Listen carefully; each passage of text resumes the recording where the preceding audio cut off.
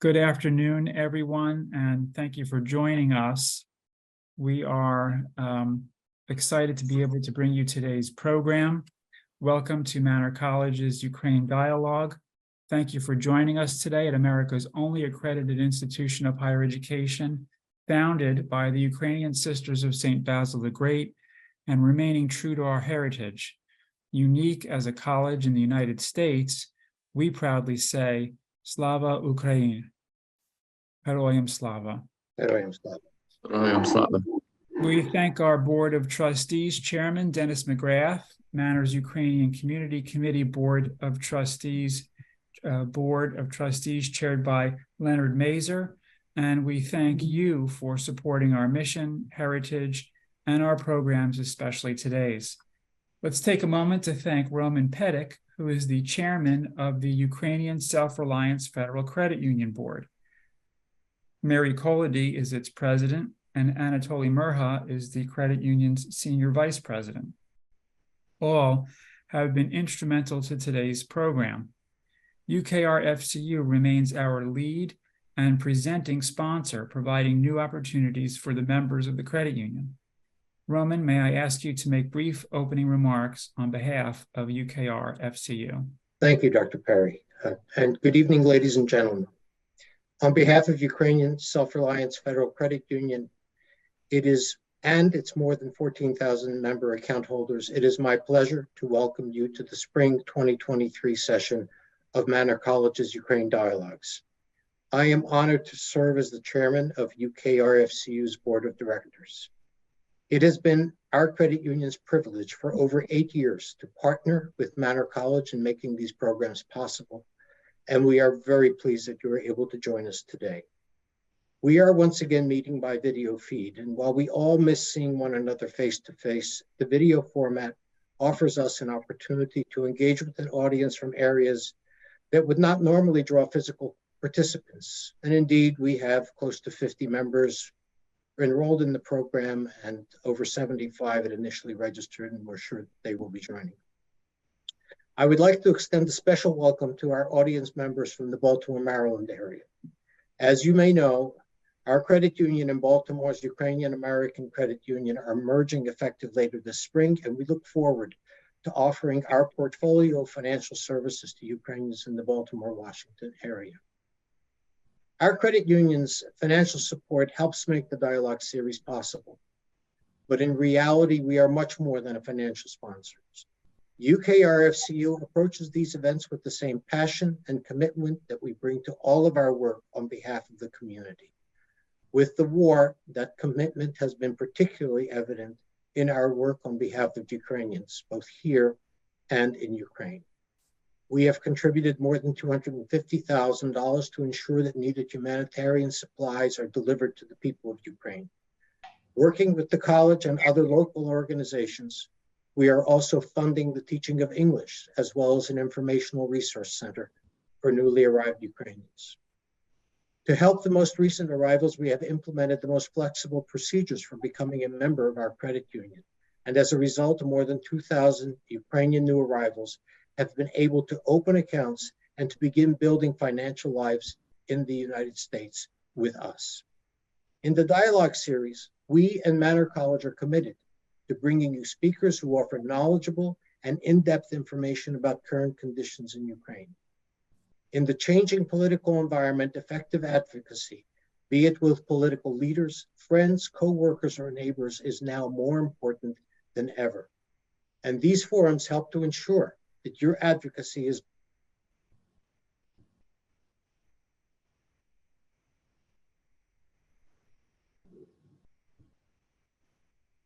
Roman, you froze. It looks like Roman froze. No. So, Anatoly, is Anatoly on? Oh, okay, Roman, you froze for a moment there. Go ahead. Okay. I wanted to acknowledge the important work of Manors and our credit union staff in preparing these events. Presenting the Ukraine Dialogues is a team effort between UKR-FCU's community engagement staff led by Senior Vice President Anatoly Murha and Kelly Pfeiffer, Manor's Vice President for Marketing. Anatoly and Kelly have worked hand in glove to ensure the success of this event and the Dialogues program as a whole. I am deeply grateful to them for their excellent teamwork. Dr. Perry. Thank you very much, Roman. At Manor College, we are grateful for our collaboration with UKRFCU and other collaborations that help us to offer more than 35 associates, bachelor's, and certificate programs. We provide our students with excellent academic and transformative opportunities that enable them to fully develop as individuals. And education at Manor leads to an understanding of scientific, humanistic, and ethical principles, so our students form a global vision.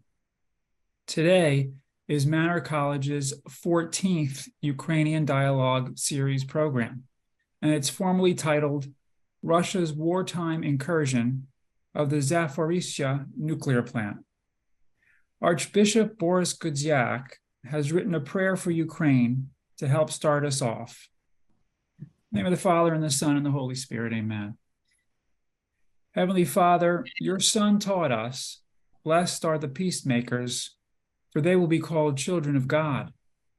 You are the source of true peace, and we become peacemakers when we listen to and preserve your word.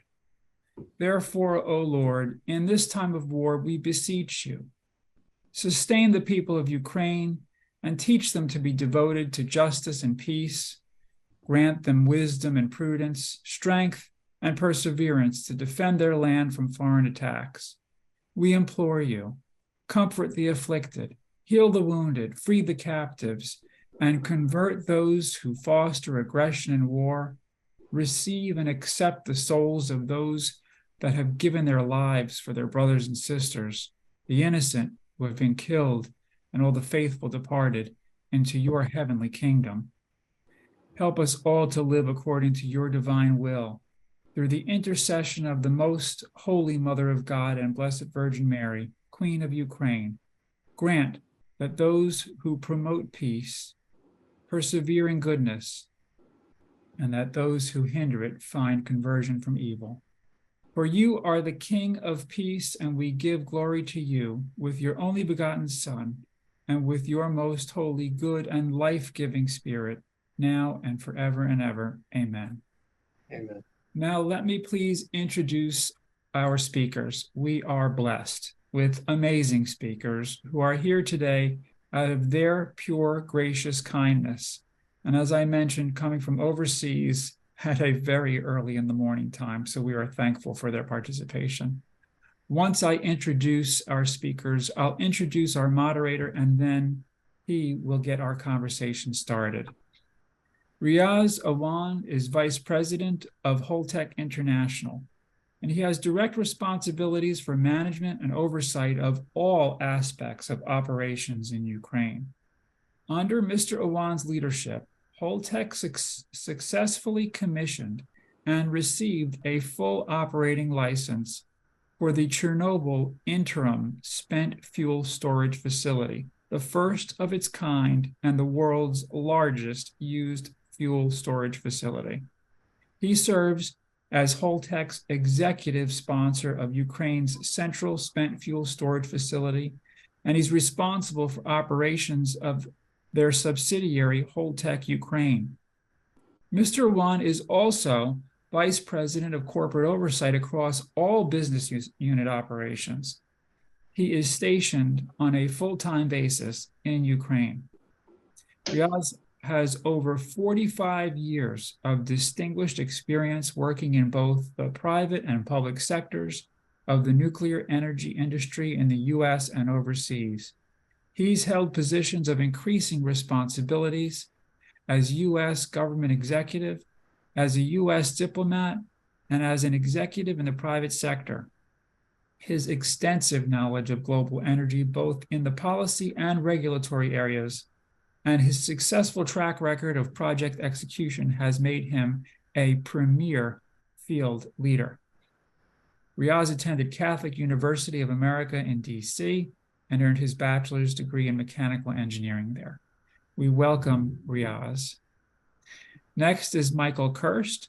He is the founder and managing director of Euro-Atlantic Partners in Brussels.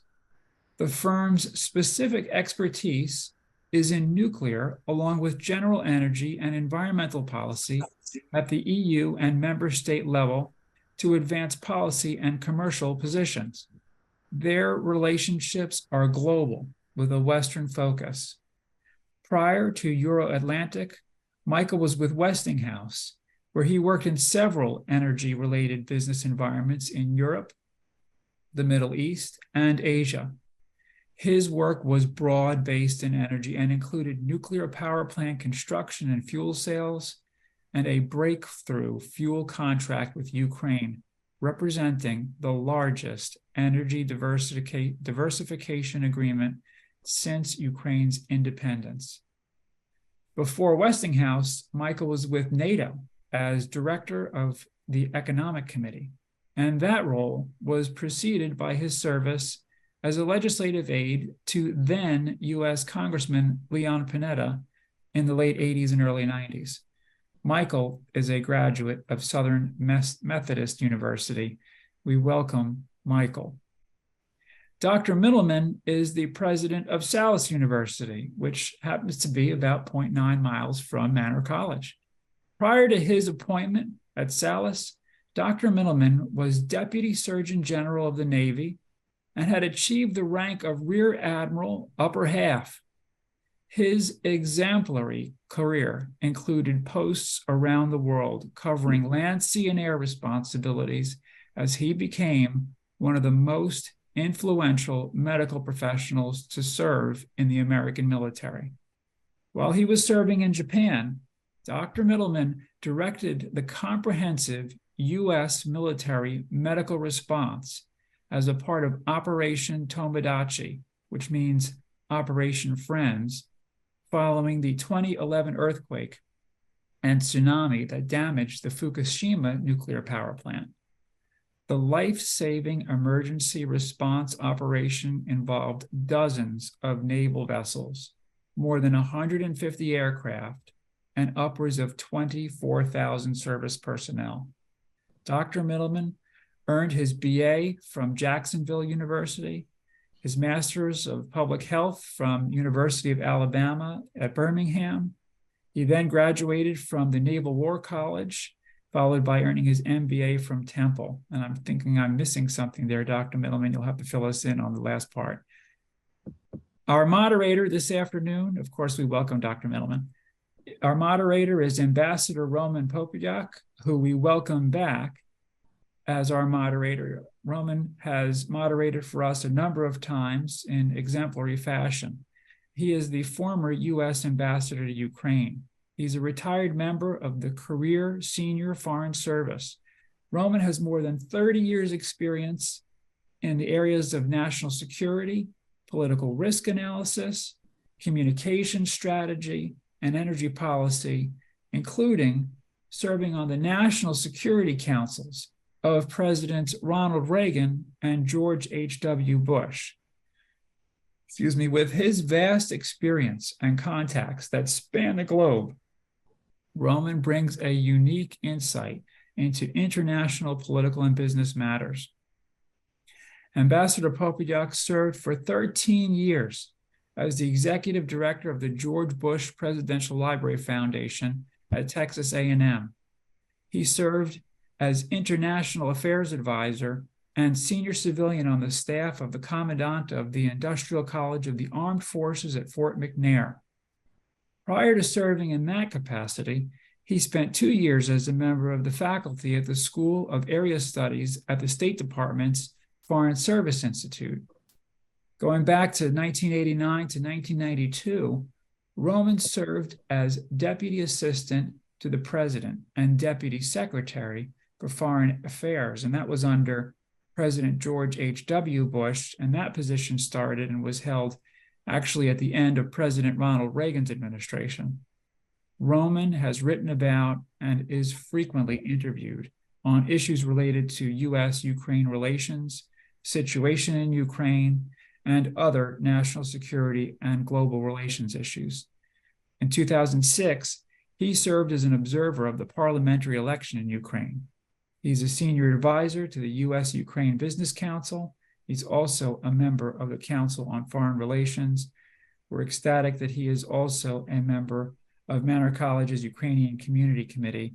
Let's please welcome all of our guests and invite you, Ambassador, to help us to begin the dialogue. Good evening, Jonathan, and good evening to all our viewers. Thank you again for having me. I'm delighted to be here tonight with you. I think your dialogues are very important for informing the public about the situation in Ukraine and the need for the American people to stay engaged in that issue.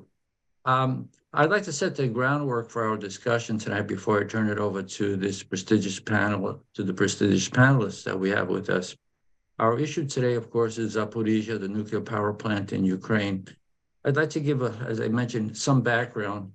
In the last 40 years, Ukraine has come to the fore on nuclear issues on 4 different occasions. The first was in the pre-independence days in 1986 with the Chernobyl disaster, which is very familiar, I believe, to all of our audience, and the ramifications that disaster had on Ukrainian society and surrounding countries. The second issue in terms of nuclear issues in Ukraine was the early 1990s and mid-90s when Ukraine was independent, and that was the surrender of the nuclear weapons that were stationed in Ukraine. We have to remember that those nuclear weapons, while they were in Ukraine, were actually controlled by the Russians, while the Ukrainians had administrative control. And at the same time, there were a number of those nuclear warheads that started leaking, and there was a need for them for a variety of reasons, as well as the leaking to be disposed of. Now, the 2 other remaining times Ukraine has become very important in terms of nuclear issues is the current situation, the current war. We have, of course, the veiled threats from President Putin in Russia to use tactical nuclear weapons in the war in Ukraine. And at the same time, we have this topic under discussion tonight, the Zaporizhzhia nuclear power plant. That power plant was taken over in the early days of the war, which started in February of last year. The Russians have been occupying it since approximately March of last year. To give you a context of the importance of this plant, it is a nuclear power plant with 6 reactors, which as of late March have no longer been in operation, but need to be cooled down. Their core reactors need to be cooled down in order to prevent the radioactive spillage. The Ukrainian society depends about 50% on nuclear fuel for its electricity, because in addition to the Zaporizhzhia plant, they have, I believe, 3 other plants around the country that provide electricity. Zaporizhzhia is not only the largest Ukrainian plant, but it's also the largest nuclear plant in Europe and provides approximately 20% of Ukraine's electricity when it's fully operational. So it's a very important plant and obviously very strategic in the current context, given the fact that it is a nuclear facility in the midst of a war. And this is the only time that a nuclear power plant has been involved in an active war zone. Zaporizhzhia, the power plant, is on the Dnieper River in southern Ukraine. It is, as I mentioned, occupied by the Russians right now. The International Atomic Energy Agency has been able to send inspectors to view the situation. While the Russians maintain or control the facility, Ukrainian staff is still allowed to operate inside the facility. The problem is a military one in the sense that the Russians have been using it as a base from which to shell Ukrainian forces, and of course, at the same time, to disrupt Ukrainian electrical power. So they get both a military advantage as well as a squeeze on Ukrainian society through the energy deprivation that has been able to take place. This becomes a problem for the Ukrainians because the Ukrainians are not able to obviously shoot back for fear of hidden strategic parts of the plant that could lead to catastrophe in terms of radioactive spillage. With attempts by the international community, namely by the International Atomic Energy Agency, to demilitarize the zone have gone nowhere. Obviously, the Russians have their reason for not wanting to demilitarize, given the situation, as I mentioned, in terms of using it as a base for military operations and to deprive Ukraine of electricity. With that background, we are going to launch our discussion now with our panelists, who will give us an update in terms of what's going on in the ground, I hope, as well as take a look at some of the consequences that may arise if there should be some kind of meltdown on the facility. And with that, I would like to turn to our first panelist, Niaz Yawan. So Niaz, I would like to turn it over to you. Each of our panelists will have about 15 minutes or so to make their presentations. after which we'll turn it over to the audience for questions. So Nihat, over to you, please. Well, thank you very much, Mr. Ambassador. Uh, the Honorable President Perry and the distinguished guests and the dear students, I am honored and privileged to offer my greetings from Kiev, Ukraine. This is a great honor for me. I hope you can all hear me because I may have some connectivity issue here because internet here is not very reliable. I hope you can all hear me. We can, thank you. Okay, so that's very good. So thank you so much. Ambassador, you have touched upon a couple of very important points here, like Ukraine having the, nuclear weapons capability, having them given up, and about, you have briefly described about Zaporizhzhia background, what's going on there. But I would just emphasize here now, I mean, it has been under the Russian occupation for almost a year. The important thing is that the invasion and occupation of the Zaporizhzhia nuclear power plant by the Russian army, which has been ordered by Putin, is a new milestone in the human history, which I call is a black milestone, an extremely dangerous one, never ever experienced or known for many, many decades, or it has never been seen before. While the Russians' actions most directly threaten Ukraine and Central Europe from the Baltic to the Black Sea, its military use of nuclear power plant for battlefield advantage is a first in warfare, and it sets a precedence and undermines the security of 130 plus nuclear power reactors operating in more than 30 countries the worldwide.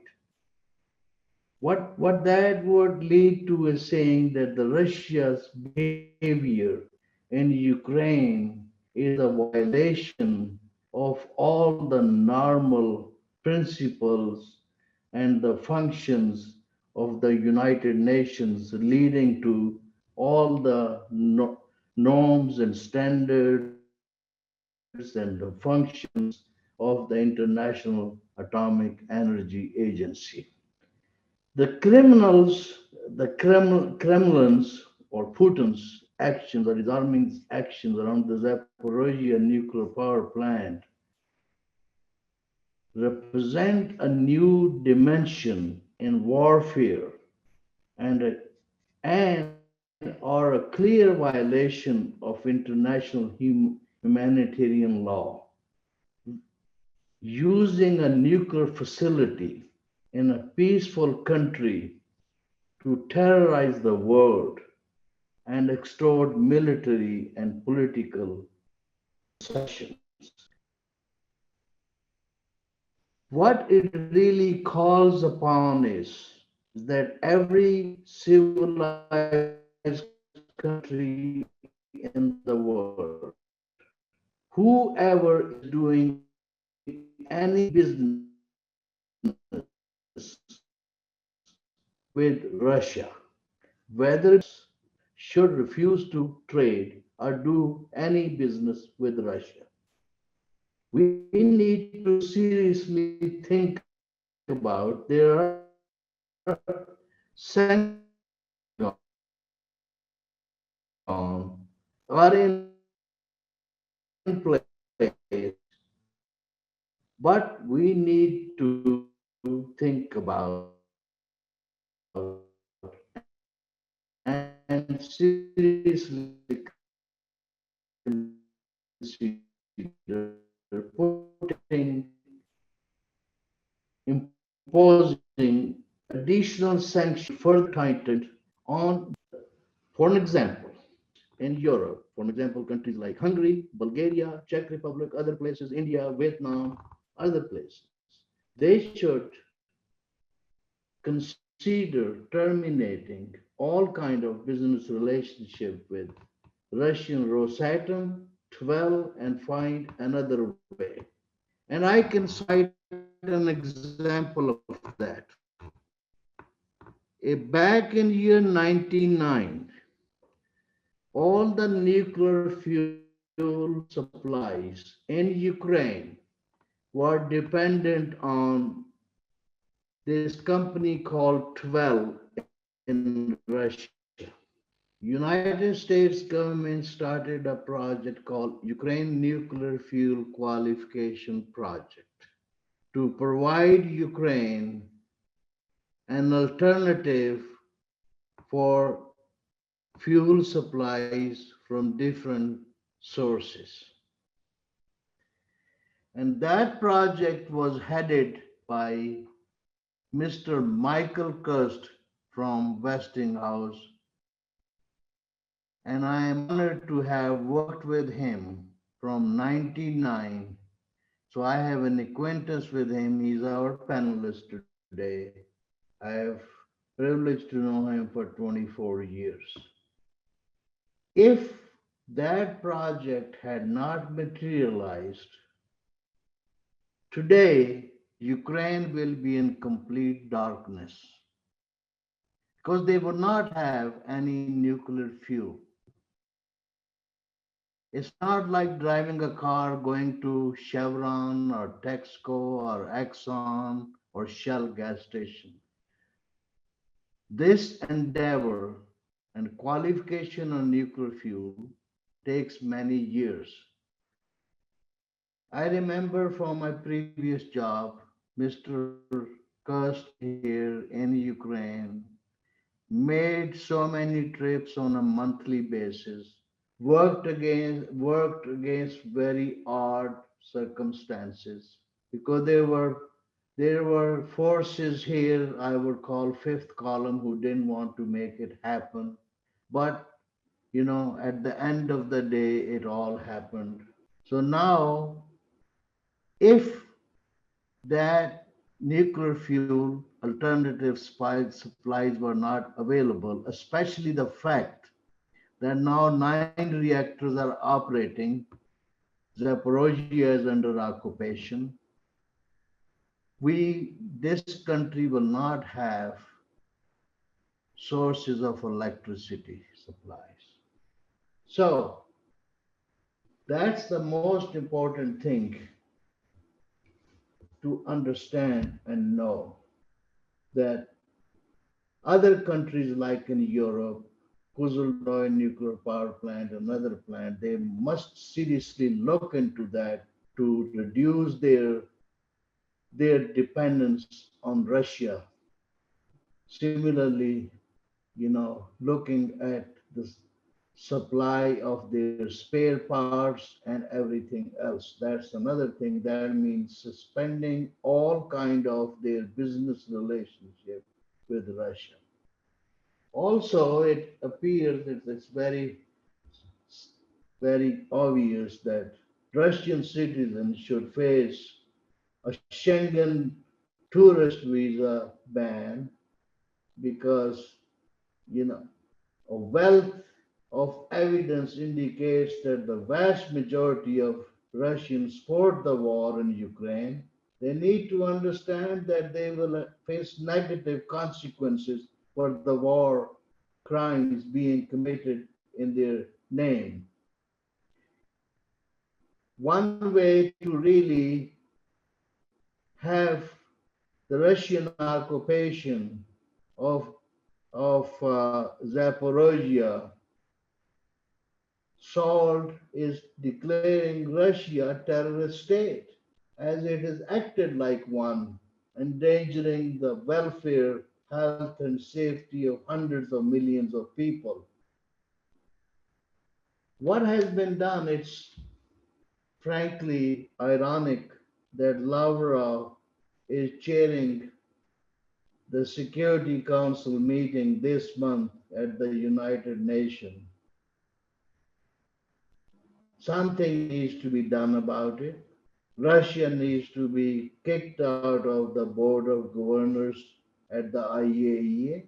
There should be no cooperation between Russia or any other country on Russian fuel technology, R&D, spent fuel processing, or anything like that.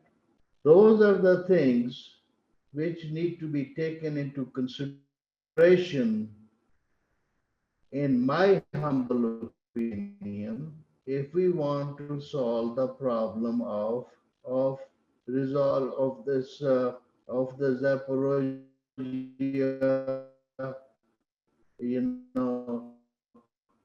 plant at this time. We all forward here. Yes, at this time, Zaporizhzhia is under occupation. I'm sure my friend Michael Kirst will talk more about it too. Regarding the safety issue, there may be, but I don't think Russian will do something stupid here to have another issue like Chernobyl. Just yesterday on April 26th was the 37th anniversary of Chernobyl accident. Whatever credibility they have left, hopefully they will be conscientious of that. IEA is there, inspectors are there. Hopefully they are being cognizant of that. But as Mr. Ambassador said, that Ukraine's nuclear sector,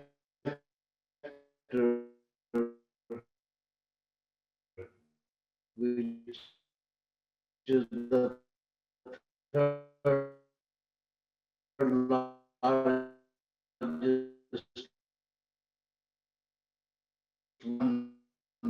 in Europe, produces 50% of electricity.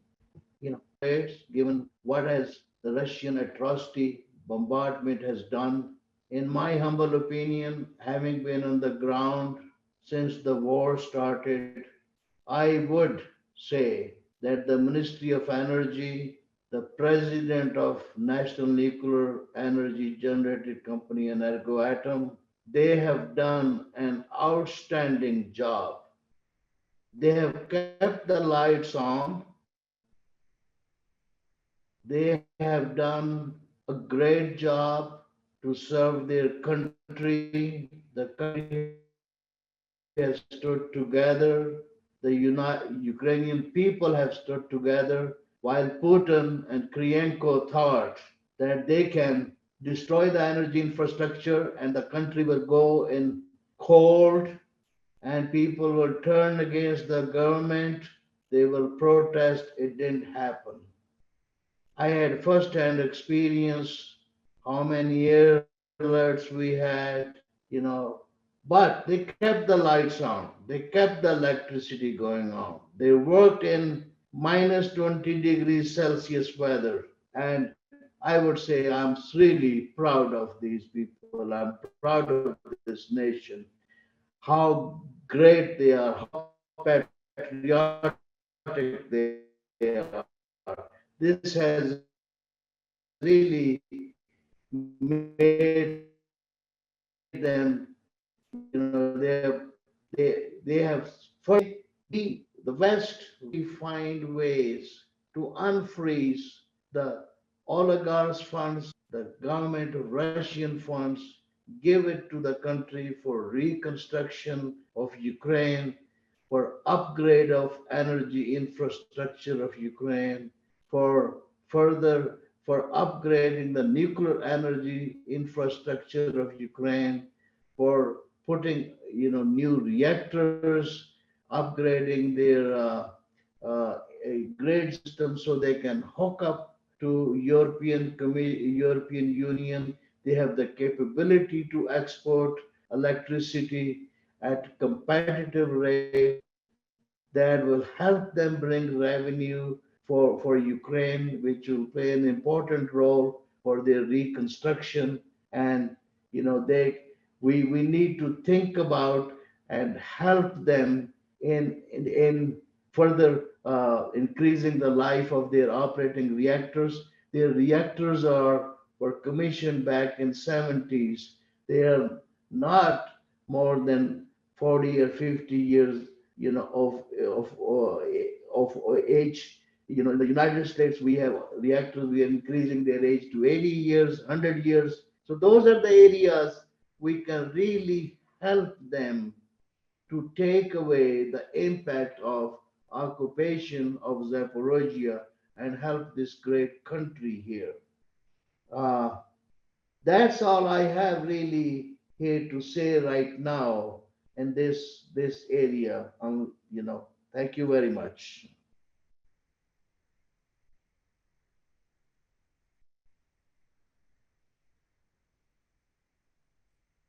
Thank you, Riaz. Roman, are you still on? Looks like Roman may be having some challenges there. So someone turned off my microphone and my camera. I'm still here. Okay. Riaz, thank you very much for your comments. I'd like to just emphasize 2 points for our audience that you rightly pointed out. Those being, number one, that the Russians have weaponized a peaceful instrument like nuclear energy for political and military reasons, and as a result have put not only Ukraine in danger, but the region in danger. The second point, of course, is the resilience and ingenuity of the Ukrainian people, which you so rightly point out, in the sense that the Ukrainians have been able, not to do a stated cliche, but to keep the lights on, as you say, during the bombardment and during the winter months when the Russians felt that they could break the will of the Ukrainian people. It's really been amazing how the Ukrainians have been able to keep the lights on, and I believe even recently started exporting some electricity. So 2 points very well taken. With that, so thank you very much, Riaz. We'll get back to you probably with some questions, but right now I'd like to turn to Michael Kirst. Michael, would you please take the floor? Sure. I hope everybody can hear me. Can you hear me? Yeah, I hear you. Go ahead, Michael. I can hear you, Michael, in Ukraine. Okay, great, because I had some problems earlier. Thank you very much for the floor, and thank you for everybody here who has organized this meeting. As Riaz had mentioned, it's an honor and a privilege to be part of this panel and this discussion, and I want to thank, of course, as you heard, my old friend Riaz and his very complimentary words on what we both did together in many respects in Ukraine to help and support the energy security of the country. And it was truly an outstanding effort on behalf of the US government and Westinghouse. And I'm very proud, of course, to be part of that. And indeed, what was accomplished there, and I'll get to Zaporizhzhia because that is the one plant where was the key, let's say, linchpin as far as how we got to the point where the US government and the US company could provide enough fuel to Ukraine to allow it to be independent of Russian supplies. So on that note, I think it's important to say that in Zaporizhzhia today, I don't have any on the ground knowledge. I know, that was kind of the request of the speakers here, but it is very difficult to understand exactly what's going on. I think, unfortunately, even our Ukrainian colleagues have a difficult understanding as to what is happening on an hourly basis. What we do know is that there were 12,000 employees at the peak of employment at Zaporizhzhia before the war, and now there's 3,000. We also know, as you mentioned, that all of the operating reactors are shut down. 5 of the 6 are in cold shutdown. 1 is in hot shutdown. The one, when we call it hot shutdown, it provides some of the power that's needed to ensure that the safety systems continue to be applied for the plant for its operating safety of the existing reactors, of the cold shutdown reactors. We also know that the reactors, through some of the attacks, have lost connection to the grid.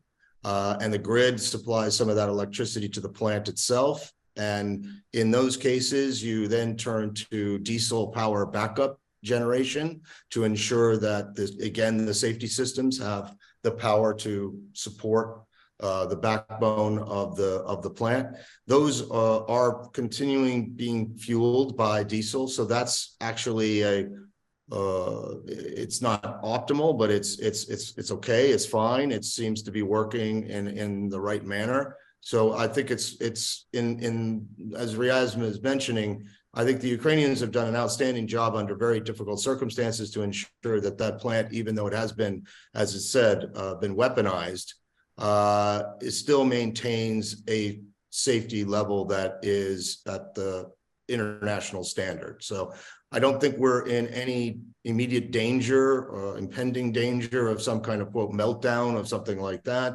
Indeed, as it was mentioned, I think the Russians realized that that would actually be working against their own interests by creating a nuclear disaster, while at the same time they use their own nuclear industry, not just in Ukraine, to try to control and influence a country's political and security dynamics, but also other countries. And that's what we've seen in Central and Eastern Europe within the EU. As is mentioned earlier, I'm based in Brussels. I've spent most of my career trying to provide support for the diversification of energy supplies from Russia in the nuclear sphere.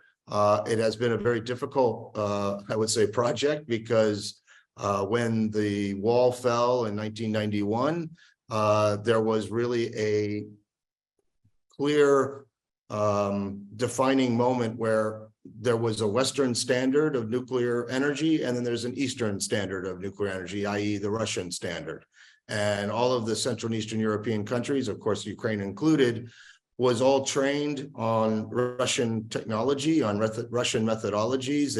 Many of them went to Russian schools for nuclear engineering. So it has been a long process of trying to provide an alternative approach, not just a product, to these countries, to allow them to see an alternative supply of energy in the nuclear sphere. It's been a very, very challenging part of that process. Back to the what I think is really the need for consequences with Zaporizhzhia. Zaporizhzhia, as was mentioned, is the first time that a civilian nuclear power plant has been used as an instrument of war. It is a very dangerous precedent. And for those of us who are committed to working and supporting the nuclear industry, it actually has huge consequences in that people who may or may not have a lot of confidence in the industry will lose confidence in the security of a nuclear power plant. So when people talk about safety, nobody thought that it would be a consideration of an armed takeover. It would be more of, as we've seen, a Chernobyl or a Fukushima accident. And instead, now we see that it could be used as, again, an instrument of war. And so if there is no consequence, where we have a company called Rosatom that Riaz mentioned, which is a state-owned nuclear company of Russia, that now has entered into a sovereign country, is operating a civilian nuclear plant, not of their, of course, they own or belong there, is now also building new nuclear power plants in Hungary, in India, in Bangladesh, in South America, in other parts of Asia. So there's Egypt. There's real concern that, what do they do when they're building a plant and sometimes even operating the plant, and yet they're at the same time have now essentially taken over a sovereign plant of another country without consequence. And I think the panelists and all of us who are on this webinar should question, why is there no consequences when, for instance, we've already, and I say we being the West, the US and Europe, primarily in Asia, have leveled sanctions on all of the various different energy supplies like natural gas and coal and oil from Russia, but we've not done any sanctioning on nuclear. And the answer is, and it's a very sad fact, is that despite the efforts that some of us have been working on for many years, we are still, and I say we because that includes the United States, are still highly dependent on Russia for nuclear supplies. Specifically, those supplies are enriched uranium. So this is the commodity byproduct of nuclear fuel, of which the United States also is heavily dependent on. So in the US, for instance, we generate roughly 20% of our electricity by nuclear.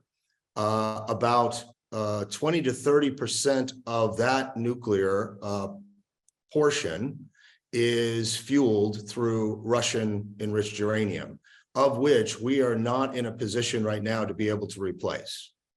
So the US actually, if those supplies from Russia suddenly terminated tomorrow, we would actually have potential brownouts or blackouts in some cases where nuclear power plants make up, vast majorities or large percentages of power in the United States. If we decided to sanction or even the Russians decided to unilaterally stop sending that fuel. In Europe, it's even worse. In Central and Eastern Europe, you're looking at dependencies up to 40 to 50% of their power supplies, and the enriched uranium from Russia being almost 100% of those supplies. So it is a very, very difficult spot. It wasn't something that is a surprise to those of us that have been in this industry, but it also is a wake-up call to say, we didn't think that we could get through the shutoff of gas in Europe here, but we did. I think Europe has been fairly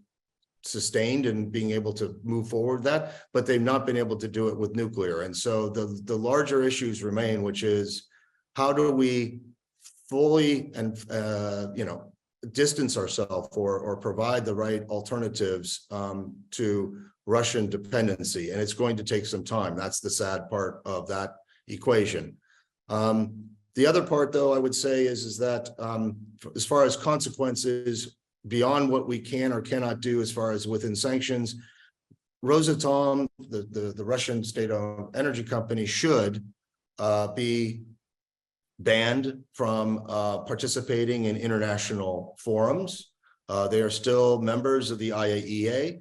They're still members of industry groups, the World Nuclear Association, other fora that are out there that kind of gives the impression as if they are a responsible actor when they've already taken over a foreign nuclear power plant. So that is something that should be done. The second part, and it's something that I've been working on with our Ukrainian colleagues here in Brussels, is finding ways to not only replace the fuel, but also replace the services. As I mentioned, Russia has been the one who is the designer, the original equipment manufacturer of pretty much all of the nuclear power plants in Central and Eastern Europe. And therefore, there's still a lot of dependency on their spare parts, on their engineering, on general support, and that's something again that needs to be replaced and given an alternative. So that's where Europe, primarily because of course we don't have any Russian-made designed nuclear power plants in the U.S., has a particular issue and problem, and it's something that now is I think going to be moving quicker and faster on. Even if there is no sanctions, I think everybody understands now that they cannot trust Rosatom in supply, and they're now moving very rapidly to find those alternatives. So in the face of this terrible crisis and this situation, what should have been done a long time ago, for those of us who have been working on it, there is at least a bright light there that shows that, okay, we now will be able to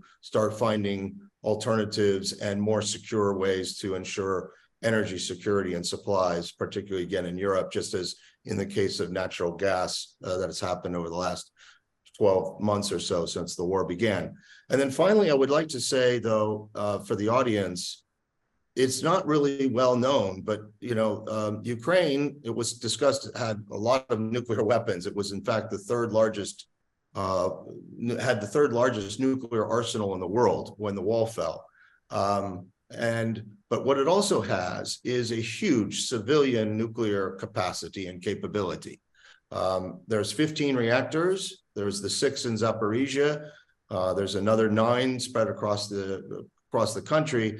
But what they also have is enormous amounts of manufacturing, engineering, education within the area. The nuclear engineering education system in Ukraine is top notch. And so Ukraine needs to be part of the future of the industry and not be left behind because of this very horrific situation over the last year and what's going on in Zaporizhzhia. And so there's real efforts by the US government and others to ensure that they are part of the rolling out of the next generation of nuclear reactors. Riaz is a vice president of Holtec. Holtec has what they call small modular reactor. There's a lot of vendors and designers out there that have these types of technologies. And they are the future, and they'll probably be the leaders of nuclear energy, in that providing not just Ukraine, but also in Western Europe and Central and Eastern Europe as well. And Ukraine needs to be part of that supply chain and indeed lead that revolution of new designs and new technologies. And so that's something where, as we look at the reconstruction of Ukraine, it is also part of their plan to put together a strategy to deploy these technologies so that Ukraine can also be a leader and continue to be a leader in this space. And as mentioned by the ambassador, use that power capacity to also export to Europe, which has enormous economic benefits and positives for Ukraine, as the cost of the nuclear electricity is far lower in Ukraine than the current economics and the power prices in the EU. So it is a very profitable scenario, and one where both Europe, Western Europe, and Ukraine mutually reinforce each other for energy security. So that's what I wanted to mention in this discussion. Michael, thank you very much for those very informative comments. I think our audience takes away a number of points. I think you rightly point out the depth and strength of the Ukrainian nuclear industry and its educational system. They do have a future, and it's a future that should be taken into consideration. And when Ukraine starts reconstruction and starts integrating further into Europe. The two things that are quite interesting, I think our audience probably found it very interesting. One is that you mentioned that the United States and a good part of Europe depends on Russian enriched uranium for the nuclear reactors.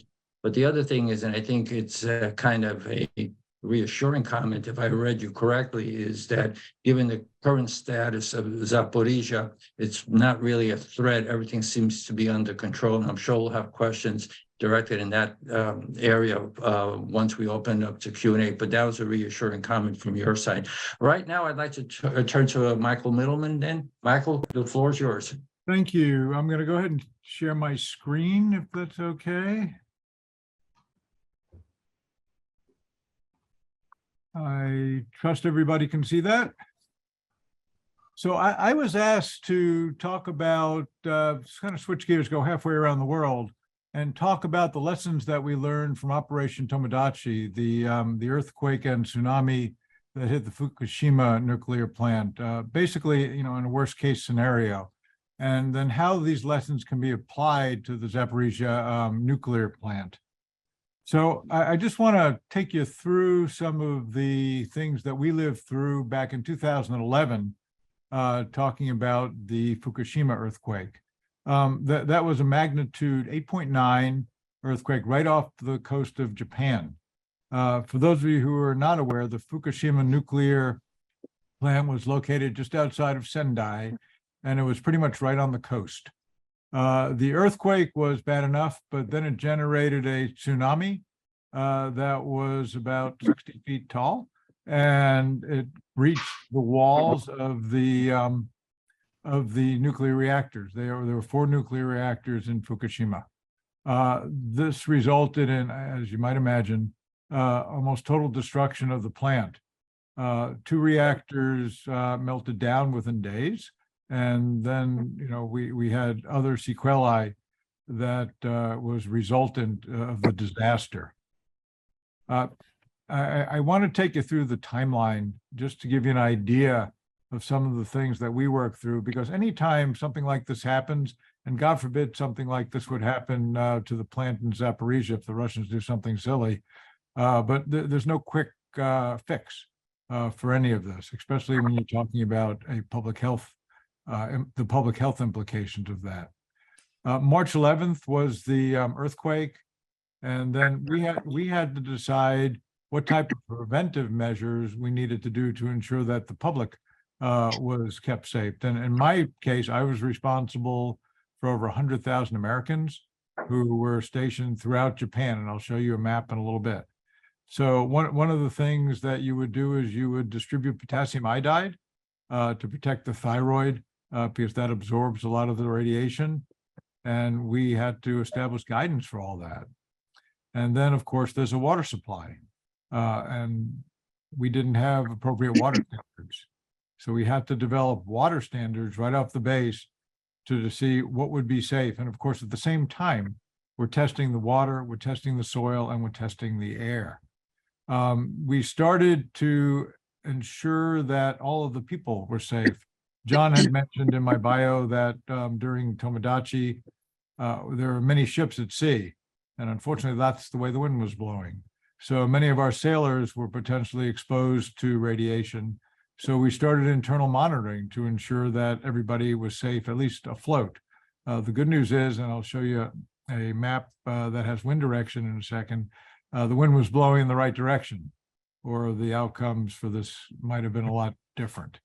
A very important part of dealing with any type of disaster, but especially a nuclear disaster, is ensuring that there's good risk communication throughout the population.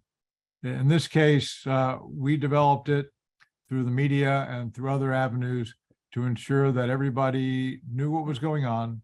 We were transparent. They knew where they can get safe food and all the things that you might expect would be important. If something would happen in Ukraine with the Zaporizhzhia nuclear plant, you would have to, or whoever's on the ground would have to be thinking about the same types of things. And then once you establish these types of risk communication plans, you have to make sure they're effective. So we send out surveys just to ensure that that was done. One of my most important jobs was reassuring the public who were in Japan that they were in fact safe and that we were monitoring things. So I spent a good bit of time on the ground doing town hall meetings, ensuring that people understood what was going on, understood that in fact that the food they were getting in the supermarkets were safe, and things were working on the ground. One of the most important things that we did for the public is we established internal monitoring stations for the civilian and the military population who are land-based. And we were pretty sure that there was a minimal radiation exposure on land. But one of the things we really had to do was reassure people. So we brought industrial grade internal monitoring devices to mainland, and we started screening people. At the same time, we also developed a registry to ensure that we knew who was there and how much potential radiation exposure that they can get. If something should happen in Ukraine, it would be extremely important to get a hold of internal monitoring devices so that, in fact, you could monitor the exposure of the general population.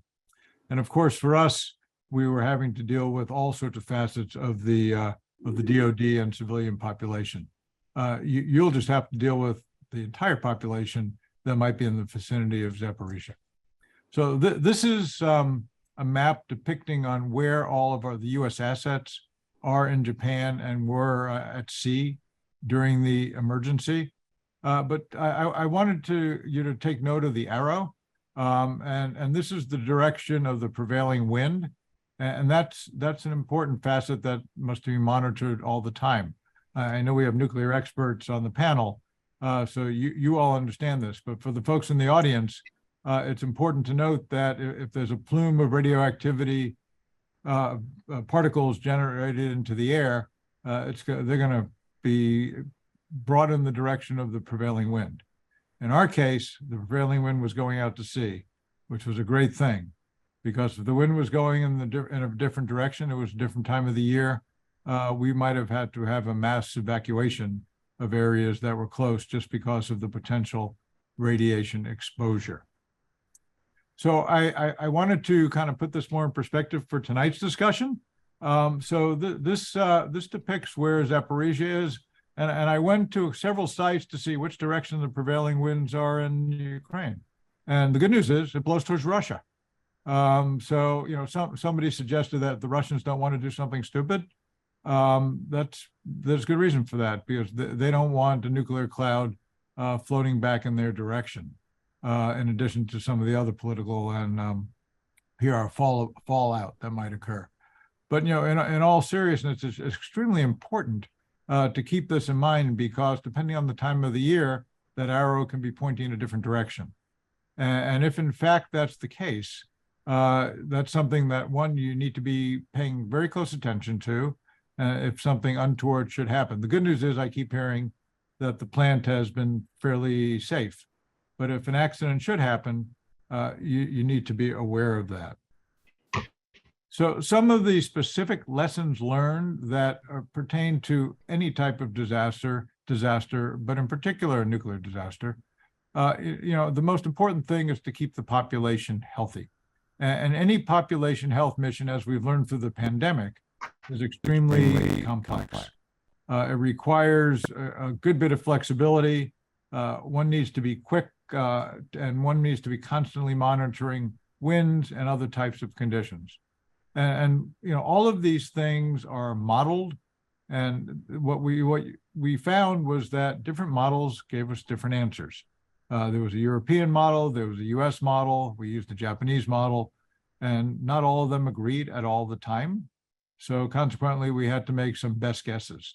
In our case, we were pretty lucky.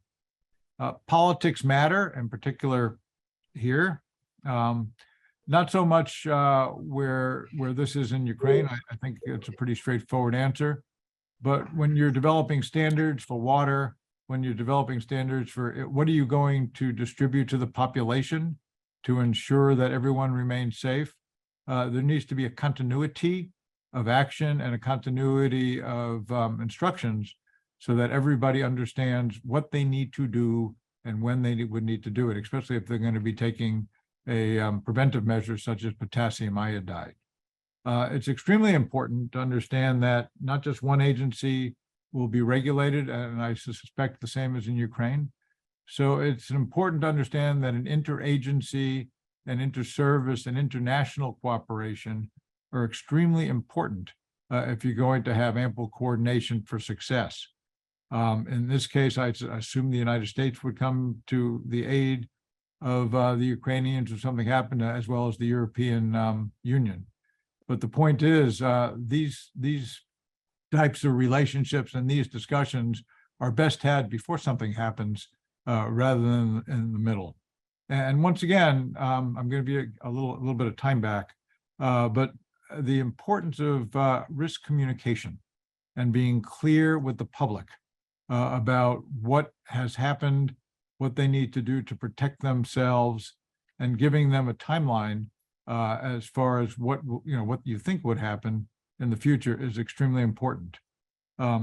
Any time there is a disaster that people are worried about their health, their welfare, their children's welfare, you have to understand that people are not going to be listening as well as you would think they are.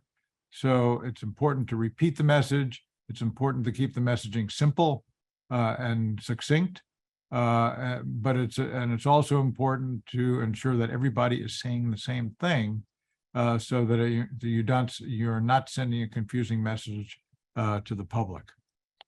So that is my update. So I'll give this back to the moderator. Michael, thank you very much for that sobering presentation in terms of the logistics, the bureaucracy, and the timelines that would have to be met in the event there's some kind of breakdown in Zaporizhzhia. I think the comparison to the Japanese situation is very, educational in terms of looking at what could possibly happen in Zaporizhzhia, but at the same time shows what kind of steps can be taken and the preparations can be made to deal with it in a proper time space. Hopefully we'll not come to that situation. What I'd like to do right now is turn to questions from the audience, but being the moderator, I have the privilege of asking the first question because I have the microphone. And with that, I would like to address a question to all three panelists and pick up on something that Michael Kirst had mentioned in his presentation that I had emphasized, and that is Michael had made the point that at this stage, the reactor, the plant is not in danger. I would like to ask our panelists to address two parts I'll burst parts of a question. Number one is what kind of steps should be taken to strengthen the safety of the plant? We have, for example, the IAEA inspectors there. Is that sufficient enough? And secondly, in the worst case scenario, what are some of the threats that exist against the plant right now? And here I'm talking about two types. Number one is a military situation that a stray missile may hit part of the plant. Is the plant strong enough to withstand a military strike? And secondly, there's been talk in here, I'm talking in my layman's background, I'm not a nuclear expert, and the cooling, the reactors need to be cooled down, and the water in the reservoir from which it's been coming from has been depleted somewhat by the Russian forces. Would that be a danger if the water starts running out to deal with the cooling down of the reactors? So with that, I'd like to maybe Riaz, we could go in the same order that the panelists made their presentations. Go with Riaz first, then Michael Kirst and Michael Middleman.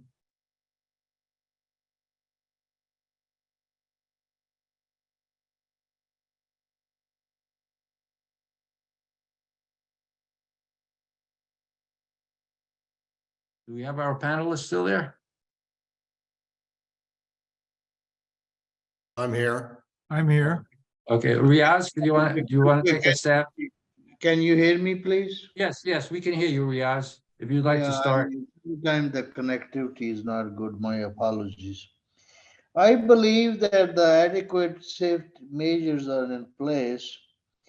Sometime, as Mr. Kirst have mentioned, it's difficult to know what the situation is at the plant. Some of the employees have joined the other side. It's very difficult to know, given the circumstances here, situation here. So we think that, in my opinion, what I would say that the adequate safety measures are in place, the diesel generators, the backup power supply is in place. So should any situation be there, that the supply of diesel will be there to take care of any emergency measure, emergency core cooling system, the water supply would be there. The likelihood of any a stray missile hitting there and structures, essential critical structures being capable of that, those buildings are designed to take care of a hit from an aircraft too. So those are the things based on what I know, or the general conditions of that. That's all it can be said. We hope that a situation like that will not develop, and a normal resolution really can be found out of that. Come out of this thing, come out of it, and sanity will prevail, and nothing like that will happen. One good thing is that, it has been now almost like 13 months, and any situation like that has not happened where, emergency core cooling system, what we call, is that it had to be, actuated where the actual reactor core cooling system had to be, deployed. So something like that. Mr. Kirst can, maybe further elaborate that. To my knowledge, something like that has not happened, which I believe is a good news in my opinion. That's all I can say at this time. Okay, thank you very much, Riaz. Michael Kirst, do you want to add anything? Sure. Yeah. I think I think we covered a lot of it, but I think one of the things that you mentioned, how do we strengthen the plant security? I'm talking with our Ukrainian colleagues on this and their early negotiations with the IAEA. There was actually some hesitation on the Ukrainians' part of actually allowing the IAEA to be part of the security dynamics of the plant, because if the IAEA came in, the fear is that that would in some way justify or provide, let's say, recognition that the Russians now control the plant. And so there was a political concern about that. Right. But then subsequently, I think they came to the conclusion that it needed to happen, that we needed some kind of international authority to try to negotiate. And unfortunately, as we've seen, however, that the IAEA has not been able to secure what they were hoping would be kind of a safety zone, if you may, where no military activity would be occurring around the plant zone and security area. And so we're kind of at a stalemate. So I think it's unfortunate, but at the same time, back to the safety itself, I think I only add that the concern I would have is not maybe a potential meltdown, lack of cooling, because I think the backup systems, and again, I think the Russians' own interest would not allow it, hopefully, but I think it's more of the plant operations and the operators. These Ukrainians have been under huge stress, and they go there under armed surveillance, with very threatening behavior, and they have to go and they have to try to operate this nuclear facility under very challenging circumstances.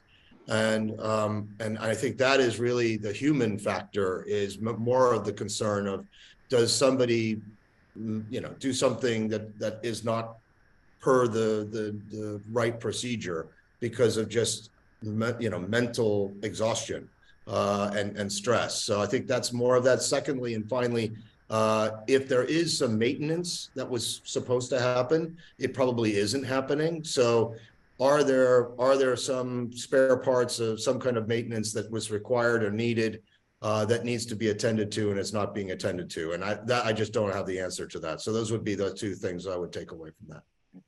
Thank you very much, Michael. Michael Middleman, do you have anything to add to that? Yeah, just a few things. I'm the doctor on the group, so I've got to think of the medical aspect of this. And, I think we have to be prepared. You have to be prepared. So are you stockpiling things like potassium iodide, DTPA, or Prussian blue? If in fact Ukrainian troops have to go in there or do go in there and something does happen and there's radiation exposure, are people prepared for that? Do people have protective clothing? I don't know how the armed forces are trained, but that certainly needs, I'm sure they're thinking about it. I certainly hope they are. But while you can have stockpiles for the troops, you also need to have stockpiles for the population. And I have no concept of what type of pharmaceutical capabilities you have there. But that would be something that I hope people would be thinking about. Okay. Michael Middleman, thank you very much. I think we'll open the floor to questions now. Jonathan, did you want to ask the questions? You want me to read some of them off? I'm fine with you going through the ones that are in the All right. Q&A box. Yeah, I'm looking at some of the questions in the box, and I'll leave it open to all three panelists to address it. There's a question here that talks about if the Russians were able to strip the Zaporizhzhia plant, take parts of it apart, I guess, can those parts be used to construct another plant?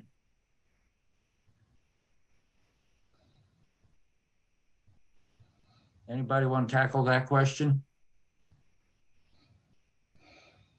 I'll take a shot at it first, I guess. Okay. Okay.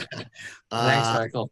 Sure. I think that the quick answer is basically no. I don't think they need to. They have their own capacities to, of course, make the same equipment. And secondly, I think in this situation, it would be a very dangerous scenario where they would have to be transporting equipment across areas of which is still, of course, a war zone. So I don't think I see really the rationale for them doing that. So I think that's probably a very low priority or probability, I should say.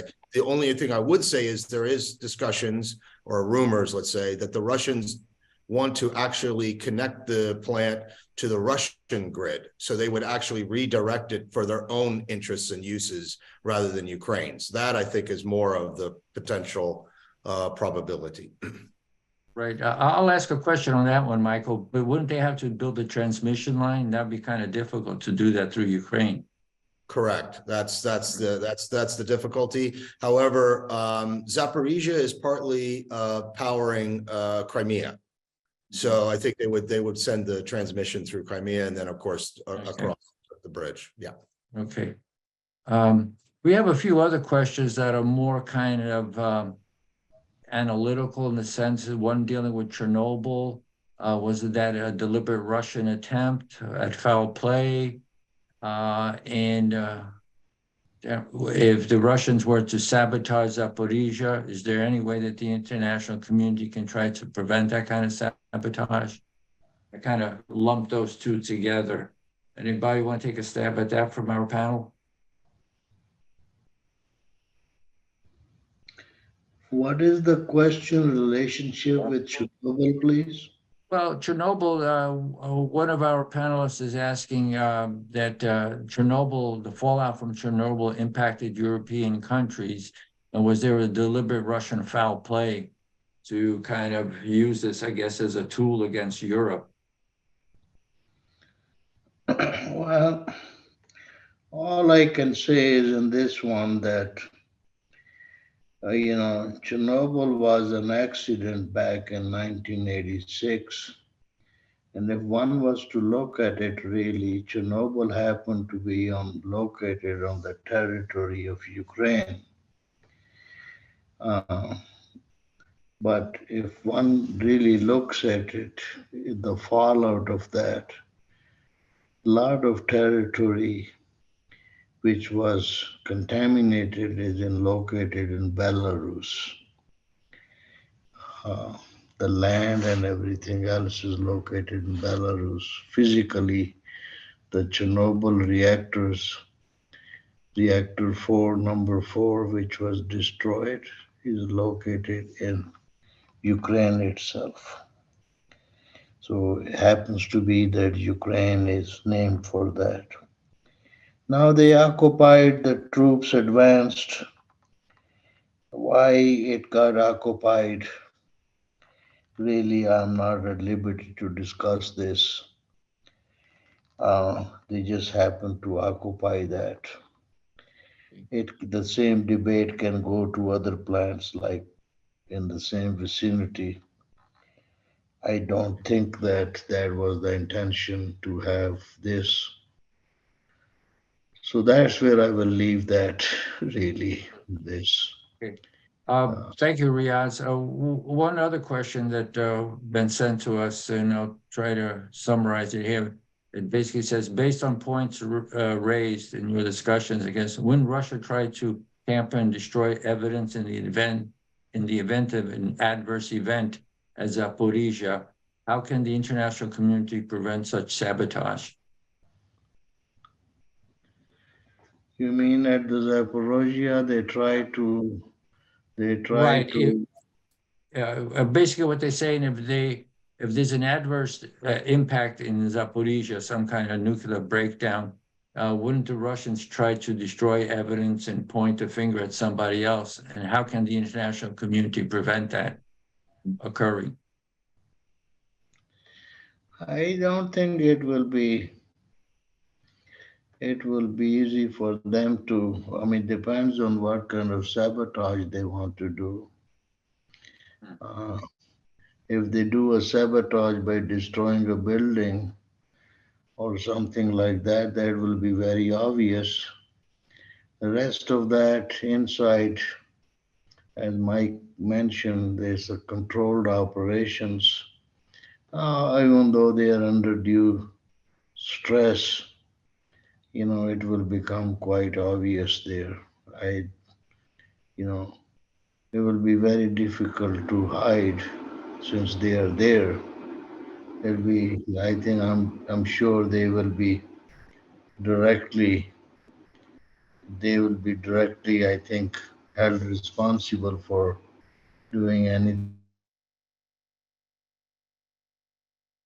Riaz, did you hear me? I think we've lost him. Can anyone hear? Roast Yeah. Yeah. item people who are the operator energy, those advisors, those people are already there. They will be held accountable. Right. Okay, Riaz, thank you very much. We're running out of time here, Jonathan, so I'd like to just throw the floor open to our panelists if there are any concluding remarks they'd like to make, or Jonathan, if you want to wrap this up. Thank you, Roman. So it doesn't sound like we have any further comments from our panelists. With that, I want to thank you, Roman, for serving as our moderator and for helping us to engage in important discussion. Thank each and all of our speakers for sharing time, especially at the wee hours of the morning, overnight, for Michael and Riaz. I want to thank UKR FCU for continuing to be our leading sponsor, and our VP here at Manor College, Kelly Pfeiffer, and our marketing office and advancement offices for helping us to support today's program. The teaser for the fall is please keep an eye out for our 15th program, and we ask you all to keep our discussion today and the issues and Ukraine and her people in prayer, along with Manor College and all of our communities. So thank you, and God bless you, and have a good night.